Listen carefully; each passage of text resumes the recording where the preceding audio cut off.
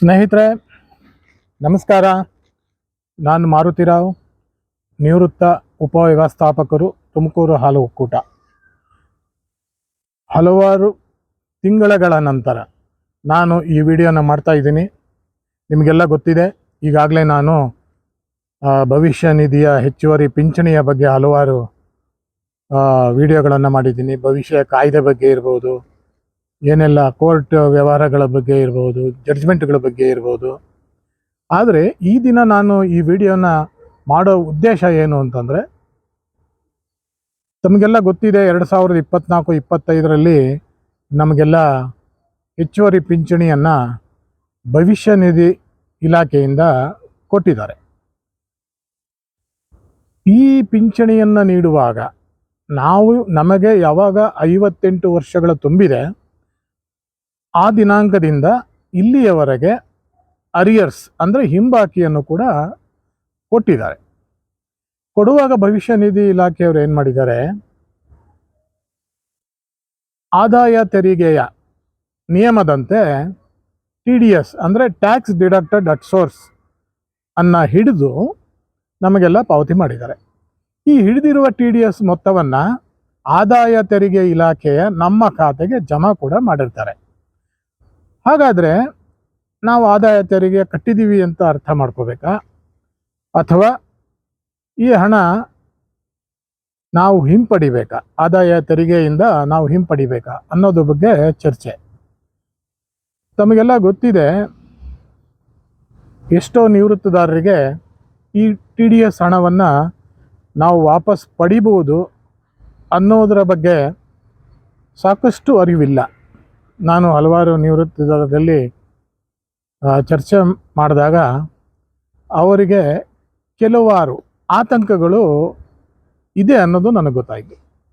ಅದು ಏನೇನು ಆತಂಕ?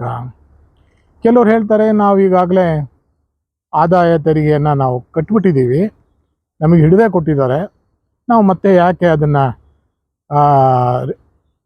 ಇನ್ಕಮ್ ಟ್ಯಾಕ್ಸ್ ರಿಟರ್ನ್ಸ್ ಅಂದರೆ ಪ್ರತಿ ವರ್ಷ ನಾವೇನು ರಿಟರ್ನ್ಸನ್ನು ಸಬ್ಮಿಟ್ ಮಾಡ್ತೀವಿ ಅದು ಯಾಕೆ ಮಾಡಬೇಕು ಅಂತ ಒಂದು. ಎರಡನೇದು, ನಾವು ಈ ವರ್ಷ ಇನ್ಕಮ್ ಟ್ಯಾಕ್ಸ್ ರಿಟರ್ನನ್ನು ಈ TDS ಹಣ ವಾಪಸ್ ಪಡೀಲಿಕ್ಕೆ ಇನ್ಕಮ್ ಟ್ಯಾಕ್ಸ್ ರಿಟರ್ನನ್ನು ಸಬ್ಮಿಟ್ ಮಾಡಿದ್ರೆ ನಾವು ಮತ್ತೆ ಪ್ರತಿ ವರ್ಷ ಕೂಡ ನಾವು ಇದನ್ನು ರಿಟರ್ನ್ಸನ್ನು ಸಬ್ಮಿಟ್ ಮಾಡಬೇಕಾಗುತ್ತೆ. ಇದು ಯಾಕಪ್ಪ ಈ ಆತಂಕ?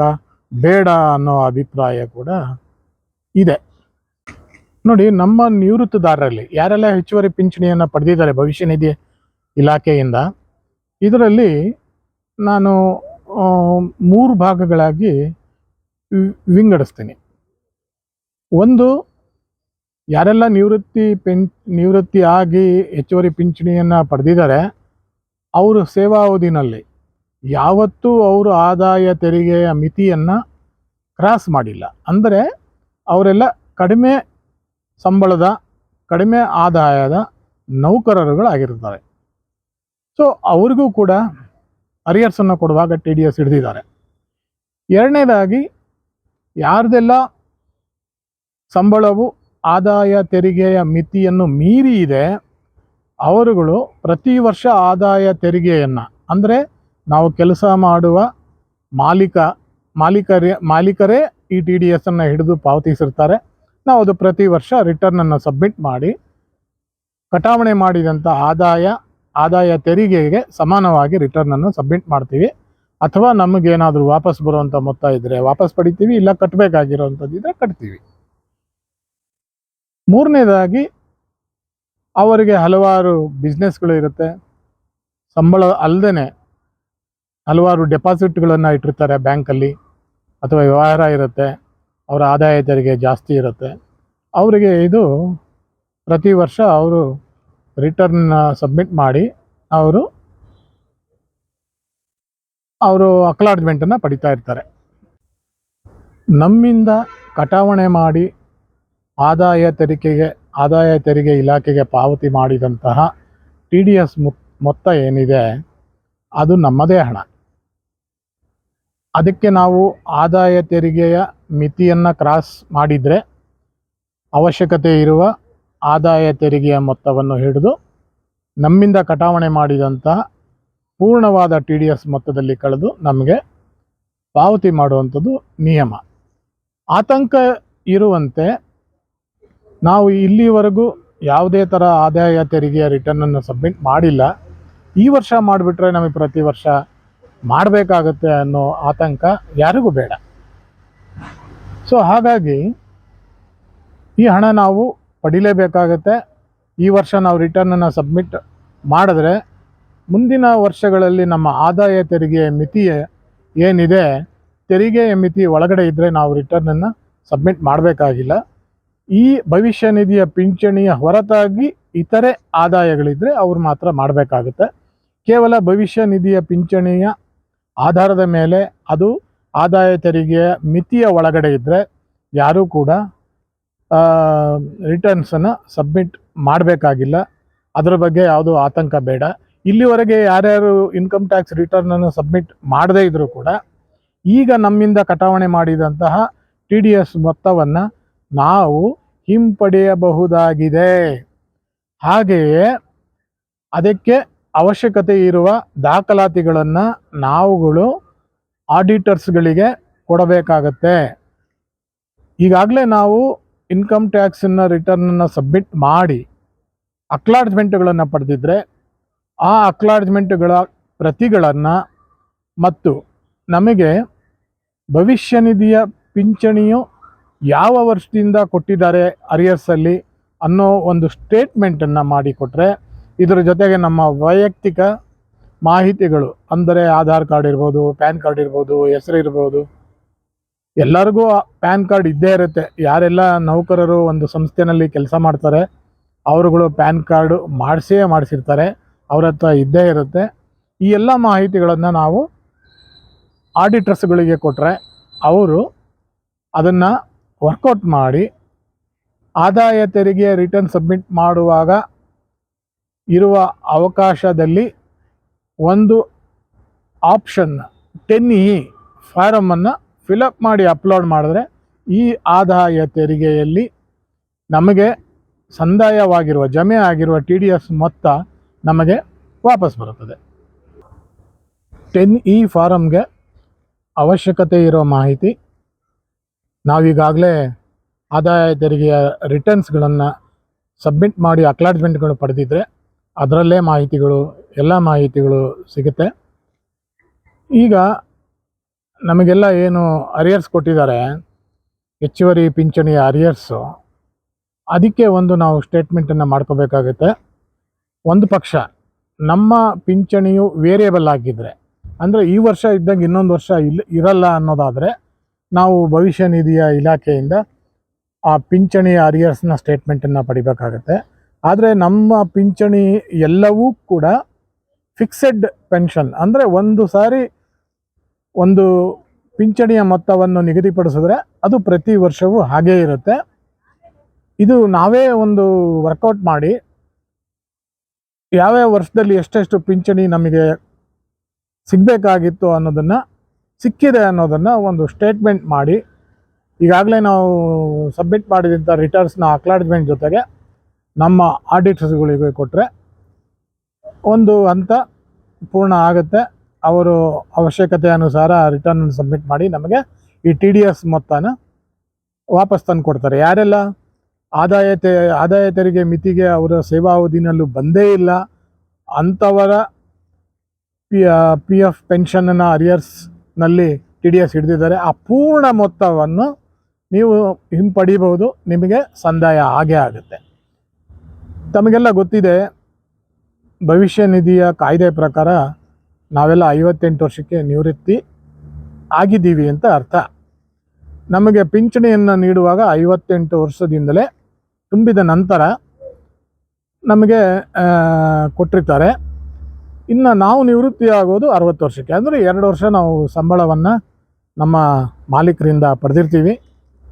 ನಾವು ಆಗಲೇ ಆದಾಯ ತೆರಿಗೆ ಮಿತಿಯನ್ನು ಮೀರಿ ನಾವು ಈಗಾಗಲೇ ಆಲ್ರೆಡಿ ಆದಾಯ ತೆರಿಗೆಯನ್ನು ಪಾವತಿ ಮಾಡ್ತಾ ಇರ್ತೀವಿ. ಸೊ ಆ 2 ವರ್ಷದ ಅವಧಿನಲ್ಲಿ ನಮಗೆ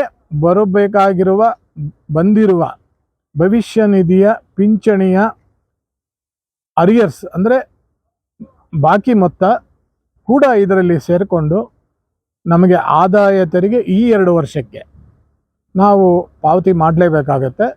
ನಮಗೆ TDS ವಾಪಸ್ ಕೊಡುವಾಗ ಈ 2 ವರ್ಷದ ಆದಾಯ ತೆರಿಗೆಯ ಮೊತ್ತವನ್ನು ಕಡಿತ ಮಾಡಿ ನಮಗೆ ವಾಪಸ್ ಕೊಡ್ತಾರೆ. ಸೊ ಇದನ್ನು ತಾವೆಲ್ಲ ತಮಗೆ ಈ ಬಗ್ಗೆ ನಾಲೆಡ್ಜ್ ಇದ್ದರೆ, ಅರಿವಿದ್ದರೆ, ನೀವು ಈ ಸ್ಟೇಟ್ಮೆಂಟನ್ನು ನೀವು ಕೂತ್ಕೊಂಡು ಪ್ರಿಪೇರ್ ಮಾಡಿ ಈ ಎಲ್ಲ ಮಾಹಿತಿಯೊಂದಿಗೆ ನೀವು ಆಡಿಟರ್ಗಳಿಗೆ ಕೊಟ್ಟರೆ ಸುಲಭ ಆಗುತ್ತೆ. ಅಥವಾ ನನಗೇನು ನಾಲೆಡ್ಜ್ ಇಲ್ಲ ಅಂದರೆ ಅವಶ್ಯಕ ಪೇಪರ್ಸ್ಗಳನ್ನು ಅವರಿಗೆ ಕೊಟ್ಟು ವಿವರಿಸಿದ್ರೆ ಅವರು ಅದನ್ನು ಆದಾಯ ತೆರಿಗೆ ಇಲಾಖೆಯ ರಿಟರ್ನ್ಸಲ್ಲಿ ಸಬ್ಮಿಟ್ ಮಾಡಿ ನಮಗೆ ಈ TDS ಮೊತ್ತವನ್ನು ವಾಪಸ್ಸು ತಂದು ಕೊಡ್ತಾರೆ. ಸೊ ಕೆಲವರೆಲ್ಲ ಈ ಆದಾಯ ತೆರಿಗೆ ರಿಟರ್ನ್ಸನ್ನು ಸೆಲ್ಫ್ ಅಸೆಸ್ಮೆಂಟ್ ಅಂತ ಹೇಳ್ತೀವಿ. ಅವರೇ ಅದನ್ನು ಭರ್ತಿ ಮಾಡಿ ಪ್ರತಿ ವರ್ಷ ರಿಟರ್ನ್ಸನ್ನು ಸಬ್ಮಿಟ್ ಮಾಡಿ ಅಕ್ಲಾಡ್ಮೆಂಟನ್ನು ಪಡೀತಾ ಇರ್ತಾರೆ. ಈ ಆದಾಯ ತೆರಿಗೆ ರಿಟರ್ನ್ ಸಬ್ಮಿಟ್ ಮಾಡುವ ಅನುಭವ ಇರುವವರು ಅವರೇ ಮನೆಯಲ್ಲಿ ಕೂತ್ಕೊಂಡು ಈ ಆದಾಯ ತೆರಿಗೆಯ 10E ಫಾರಮನ್ನು ಫಿಲಪ್ ಮಾಡಿ, ಅಂದರೆ ಅದರ ಮುಂಚಿತವಾಗಿ ನೀವು ಪ್ರಿಪೇರ್ ಮಾಡ್ಕೋಬೇಕಾಗತ್ತೆ. 10E ಫಾರಮಲ್ಲಿ ಏನೇನು ಅವಶ್ಯಕ ಮಾಹಿತಿ ಬೇಕು ಅನ್ನೋದನ್ನು ಒಂದು ಎಕ್ಸೆಲ್ ಶೀಟಲ್ಲಿ ಹಾಕ್ಕೊಂಡು ಅದನ್ನು ಪ್ರಿಪೇರ್ ಮಾಡಿಕೊಂಡು ಆಮೇಲೆ 10E ಫಾರಮಲ್ಲಿ ನೀವು ಫಿಲಪ್ ಮಾಡಿ ಅಪ್ಲೋಡ್ ಮಾಡಿ ನಂತರ ಆ್ಯಸ್ ಯೂಶ್ವಲ್ ಆಗಿ ನೀವು ರಿಟರ್ನ್ಸನ್ನು ಯಾವ ಥರ ಸಬ್ಮಿಟ್ ಮಾಡ್ತೀರಾ ಅದೇ ಥರನೇ ಸಬ್ಮಿಟ್ ಮಾಡಬೇಕಾಗುತ್ತೆ. ಒಂದು ಮಾತ್ರ ತಿಳ್ಕೊಳ್ಳಿ, ಅರಿಯರ್ಸ್ ಆಗಿರುತ್ತೆ. ಮತ್ತು ಪ್ರಿವಿಯಸ್ ಇಯರ್ ಅಂದರೆ ನಿಮಗೆ 24-25 ಅವಧಿನಲ್ಲಿ ಕೊಟ್ಟಿರುವ ಪಿಂಚಣಿಯು ಅರಿಯರ್ಸ್ ಆಗೋದಿಲ್ಲ, ಅದು ಆದಾಯ ಆಗುತ್ತೆ. ಅದರ ಹಿಂದಿನ ವರ್ಷಗಳೆಲ್ಲ ಅರಿಯರ್ಸ್ ಲೆಕ್ಕಕ್ಕೆ ತಗೋಬೇಕಾಗುತ್ತೆ. ಅದು ಯಾವುದೇ ಕಾರಣಕ್ಕೂ ಅರಿಯರ್ಸ್ ಅಂತ ಪರಿಗಣಿಸೋಕ್ಕೆ ಆಗೋದಿಲ್ಲ. ಅಂದರೆ 24-25 ಅವಧಿನಲ್ಲಿ ನಿಮಗೆ ಕೊಟ್ಟಿರುವಂತಹ ಹೆಚ್ಚುವರಿ ಪಿಂಚಣಿಯು ಆದಾಯ ಅಂತ ಪರಿಗಣಿಸಲಾಗುತ್ತೆ, ಅದು ಅರಿಯರ್ಸ್ ಅಂತ ಪರಿಗಣಿಸಲಾಗುವುದಿಲ್ಲ. 23-24 ನಂತರ ಅದರ ಹಿಂಭಾಗದಲ್ಲಿ ಹಿಂದಿನ ಅವಧಿನಲ್ಲಿ ಕೊಟ್ಟಿರುವ ಪಿಂಚಣಿಯು ಅದು ಅರಿಯರ್ಸ್ ಅಂತ ಪರಿಗಣಿಸಲ್ಪಡುತ್ತೆ. ಈ ಪಿಂಚಣಿಯು ಆ ವರ್ಷದಲ್ಲಿ ಕೊಟ್ಟಿದ್ರೆ ನಿಮಗೆ ಆದಾಯ ತೆರಿಗೆ ಎಷ್ಟು ಬರ್ತಿತ್ತು ಅನ್ನೋದನ್ನು ಈ ವರ್ಕ್ಶೀಟಲ್ಲಿ ನಾವು ಕ್ಯಾಲ್ಕುಲೇಟ್ ಮಾಡಿ ಈ ಮಾಹಿತಿಯನ್ನು ಕೊಡೋದ್ರಿಂದ ಸುಲಭ ಆಗುತ್ತೆ. ಇದನ್ನು ನಾನು ಯಾವ ಥರ 10E ಫಾರಮಲ್ಲಿ ಯಾವ್ಯಾವ ಮಾಹಿತಿಗಳು ಬೇಕು, ಯಾವ ಥರ ಈ 10E ಫಿಲಪ್ ಮಾಡುವಾಗ ಯಾವ ಥರ ನಾವು ವರ್ಕ್ಶೀಟನ್ನು ಪ್ರಿಪೇರ್ ಮಾಡ್ಕೋಬೇಕು, ಯಾವ ಥರ ಅಪ್ಲೋಡ್ ಮಾಡಬೇಕು, ಯಾವ ಥರ ನಾವು ರಿಟರ್ನ್ಸನ್ನು ಸಬ್ಮಿಟ್ ಮಾಡಬೇಕು ಅನ್ನೋದ್ರ ಬಗ್ಗೆ ನನ್ನ ನೆಕ್ಸ್ಟ್ ವಿಡಿಯೋದಲ್ಲಿ ಸ್ಲೈಡ್ಸ್ಗಳ ಮುಖಾಂತರ ನಾನು ವಿವರಿಸಲಿಕ್ಕೆ ಪ್ರಯತ್ನ ಮಾಡ್ತೀನಿ. ಒಂದು ಮಾತ್ರ ನಾನು ಇಲ್ಲಿ ಕನ್ಕ್ಲೂಷನ್ ಅಂದರೆ ಕೊನೆಯಲ್ಲಿ ನನ್ನ ಒಂದು ಅಭಿಪ್ರಾಯ ಹೇಳೋದೇನೆಂದರೆ, ಯಾರೂ ಕೂಡ ಈ TDS ಮೊತ್ತವನ್ನು ಆದಾಯ ತೆರಿಗೆ ಇಲಾಖೆಗೆ ಬಿಡಬೇಡಿ. ಇದನ್ನು ಸರಿಯಾದ ಆಡಿಟರ್ಗಳಿಗೆ ಮಾಹಿತಿ ನೀಡಿ ನೀವು ವಾಪಸ್ ತಗೊಳ್ಳಿ. ಅಕಸ್ಮಾತ್ ನೀವು ಆಡಿಟರ್ಗಳು ಕೊಡಲಿಲ್ಲ, ರಿಟರ್ನ್ ಸಬ್ಮಿಟ್ ಮಾಡಲಿಲ್ಲ, ನೀವು TDS ಹಣನ ವಾಪಸ್ ತಗೊಳ್ಳಿಲ್ಲ ಅಂದರೆ ಈ ಹಣ ಅವರು ಮುಟ್ಟುಗೋಲು ಹಾಕ್ಕೊಳ್ತಾರೆ. ಆಮೇಲೆ ಕೆಲವಾರು ವರ್ಷ, 1 ವರ್ಷ 2 ವರ್ಷ ನಂತರ ಅವರು ವೆರಿಫಿಕೇಷನ್ ಮಾಡುವಾಗ ನೀವು TDSನ ಕಟ್ಟಿದ್ದೀರಾ, ರಿಟರ್ನ್ ಸಬ್ಮಿಟ್ ಮಾಡಿಲ್ಲ ಅನ್ನೋ ರೀಸನ್ಗೆ ಅವರು ನಿಮಗೆ ನೋಟಿಸ್ ಕೊಡ್ತಾರೆ. ನೋಟಿಸ್ ಕೊಟ್ಟ ಮೇಲೆ ನಿಮಗೆ ದಂಡ ಕೂಡ ಹಾಕೋ ಚಾನ್ಸಸ್ ಇರುತ್ತೆ.